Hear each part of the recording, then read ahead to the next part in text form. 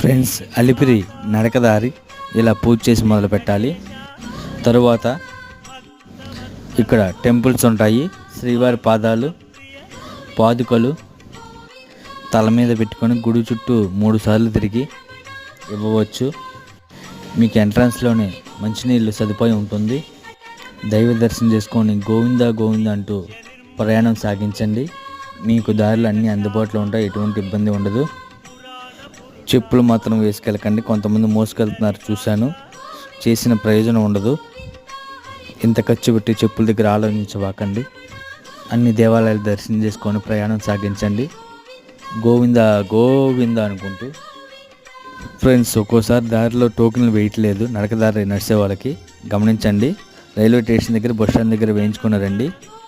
TTD channel ప్రసారం అవుతుంది, అక్కడ టోకెన్లు వేయటం లేదు, గమనించండి. ఇబ్బంది పడకండి.